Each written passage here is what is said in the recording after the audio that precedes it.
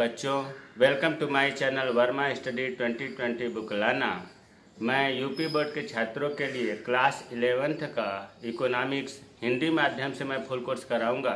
यदि आप full course करना चाहते हैं तो मेरे चैनल को सब्सक्राइब कीजिए और बेल आइकन को प्रेस करना ना भूलें, ताकि जो भी वीडियो मैं अपलोड करूं उसका नोटिफिकेशन सबसे पहले आपको मिल सके।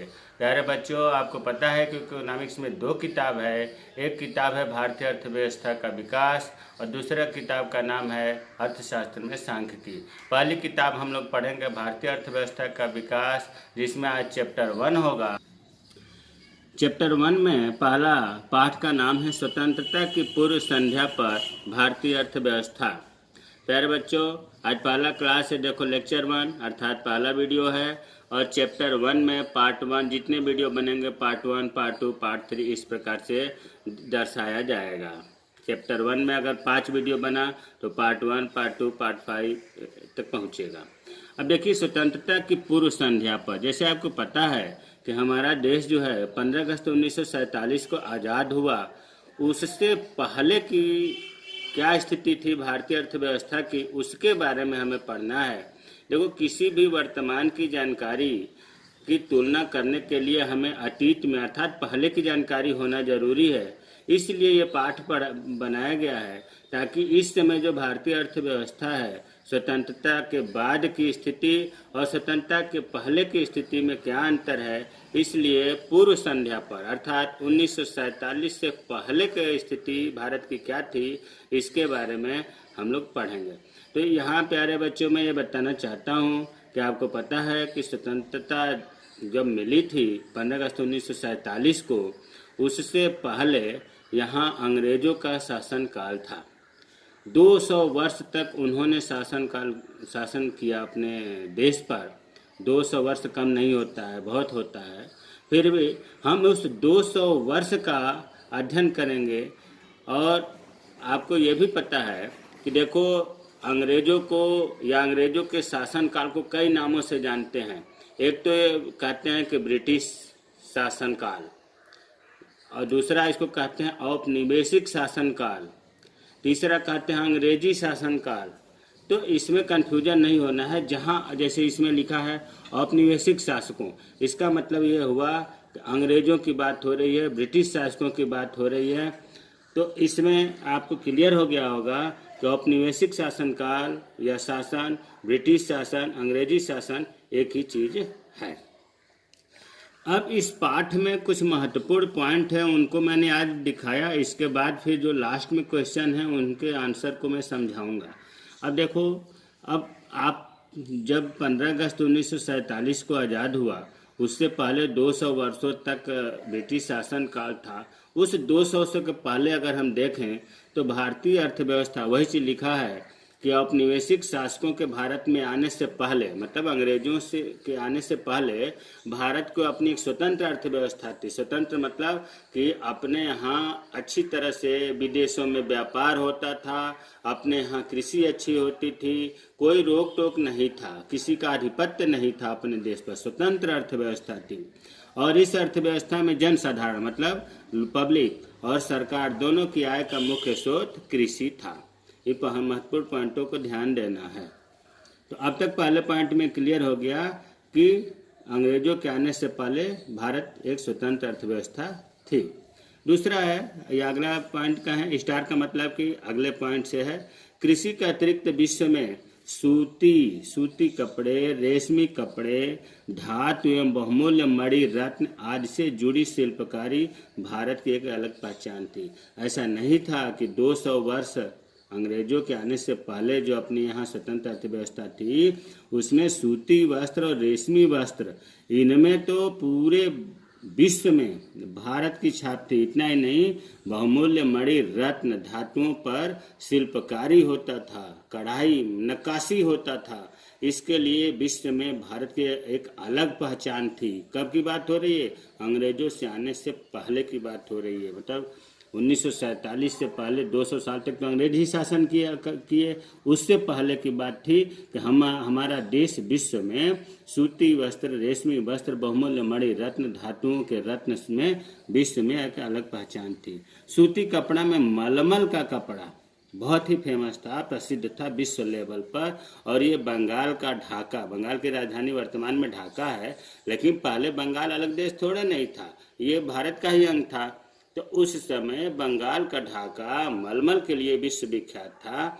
मलमल की एक विशेषता मैं बता दूं, इतना ये विश्व में प्रसिद्ध था, यह इतना अच्छा ये होता था कि पूरा जो थान होता है ना कपड़े का, वो एक अंगूठी के जो छोटा सा छिद्र होता उससे थान को निकाला जा सकता था, इतना ये मुलायम होता था। एक रिंग से पूरे थान को गुजारा जा सकता था। नेक्स्ट पॉइंट है, ब्रिटिश शासकों की आर्थिक नीतियां भारत के आर्थिक विकास पर आधारित न होकर अपने मूल देश के आर्थिक हितों का संरक्षण और संवर्धन पर आधारित था।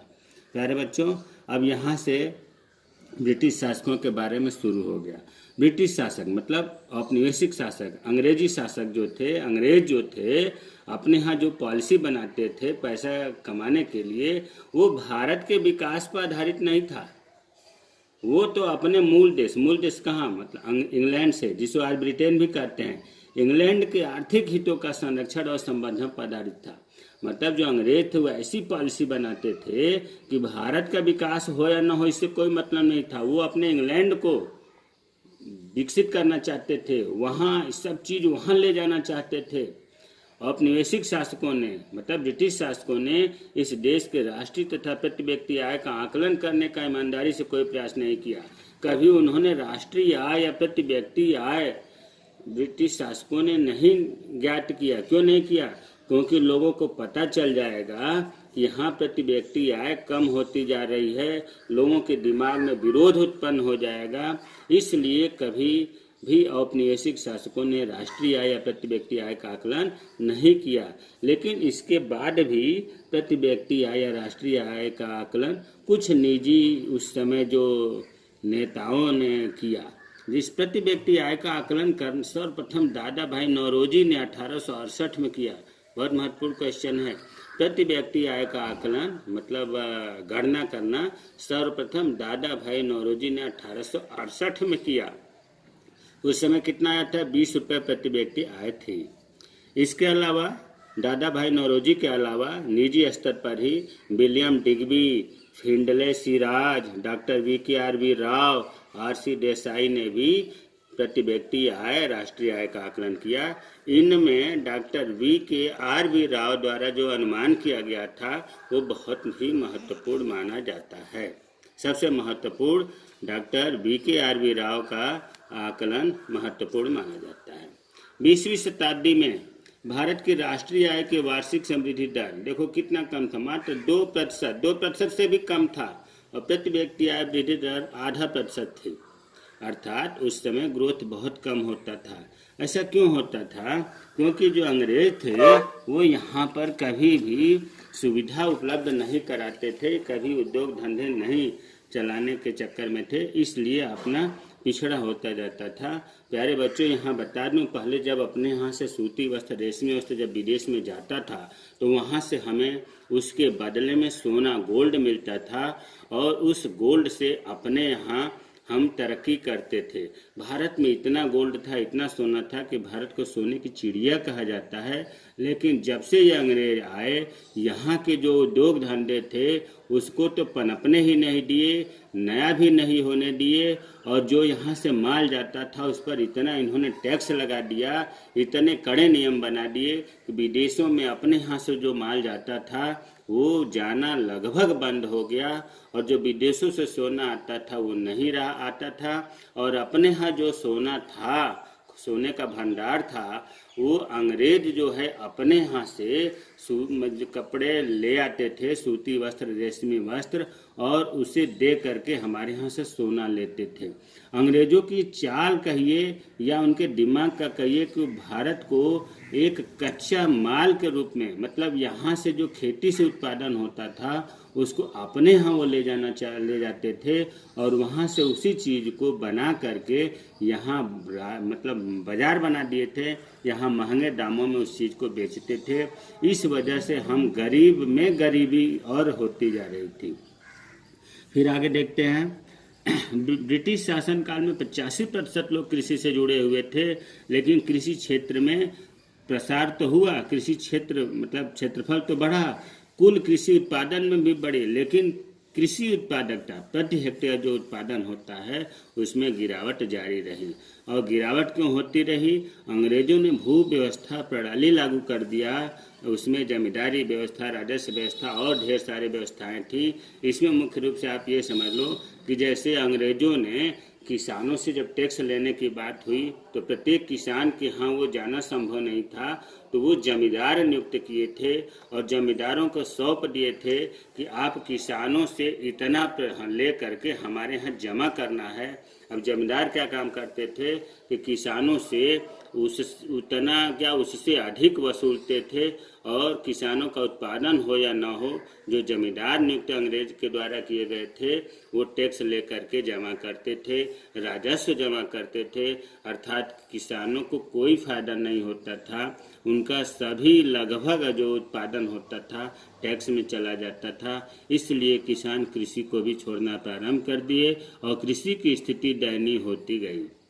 ब्रिटिश शासकों का दोहरा उद्देश्य था। जो अपने अंग्रेजी शासक आए थे, अंग्रेज आए थे, उनका मुख्य दो उद्देश्य था। एक उद्देश्य तो ये था कि भारत को कच्चे माल का निर्यात करने वाला देश बनाना। निर्यात का मतलब होता है कि किसी देश से वस्तु को भेजना, बेचना, और आयात का मतलब कि किसी वस्तु से खरीदना या मंगाना। तो भारत में जो कच्चे माल उत्पादन होते थे, जैसे कपास, रेशम, पटसन, वो अंग्रेज जो है अपने यहाँ ले जाते थे और वहाँ से उसे कपड़े बना करके भारत में बेचते थे। 19वीं शताब्दी में कुछ उद्योगों की स्थापना हुई, जैसे सूती वस्त्र उद्योग गुजरात और महाराष्ट्र में, लेकिन ये बहुत ज़्यादा उन्नत नहीं किया, गुजरात और महाराष्ट्र तक ही सीमित था। पटसन उद्योग बंगाल के आसपास ही विकसित था। 1907 में TISCO, Tata iron steel company अर्थात लोहा उद्योग की स्थापना हुई थी। इसके अलावा चीनी कारखाने, सीमेंट कारखाने भी स्थापित हुए। प्यारे बच्चों, खेती तो किसान करते, लेकिन उनका वो तो नगदी फसल और अपने मनपसंद, एक नील की खेती सुने होंगे, अंग्रेजों ने नील की खेती करने के लिए और अपने हिसाब से नगदी फसलों की खेती करने के लिए किसानों को बाध्य करने लगे। इसका मतलब ये रहा कि उनके हिसाब से किसान की खेती करनी पड़ती थी।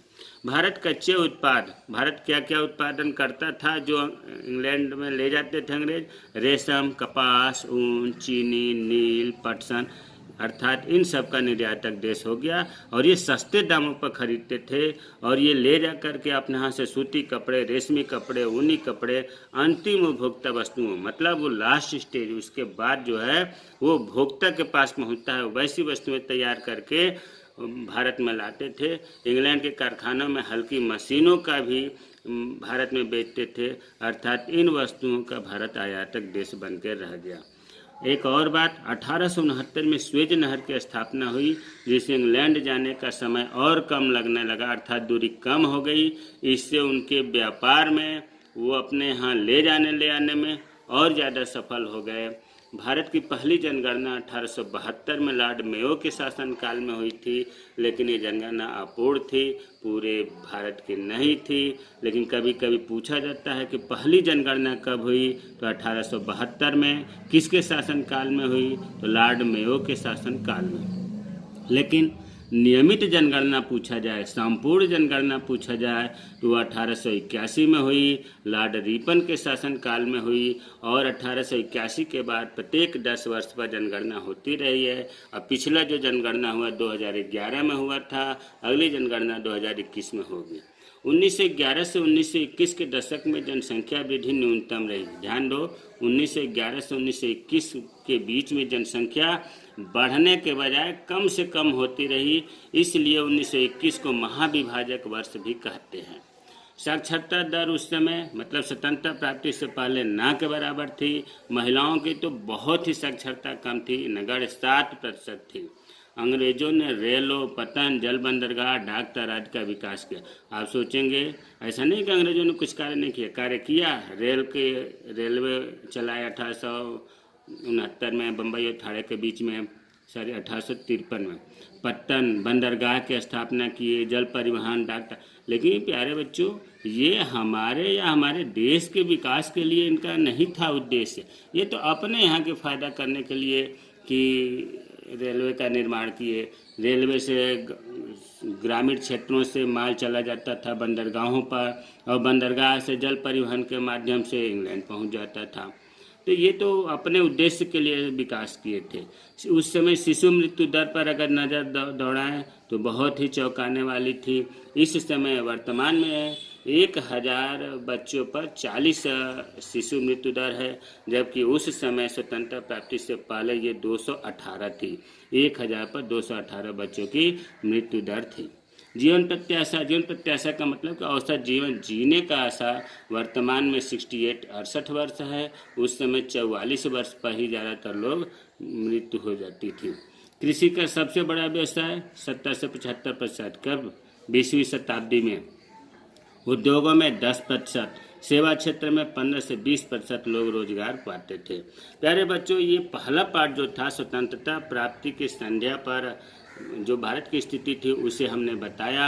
अब जो एनसीईआरटी की बुक में लास्ट में क्वेश्चन है उसके बारे में नेक्स्ट वीडियो में बताया जाएगा। इसे खूब बढ़िया से नोटबुक पर बना लेंगे। जय हिंद, जय भारत।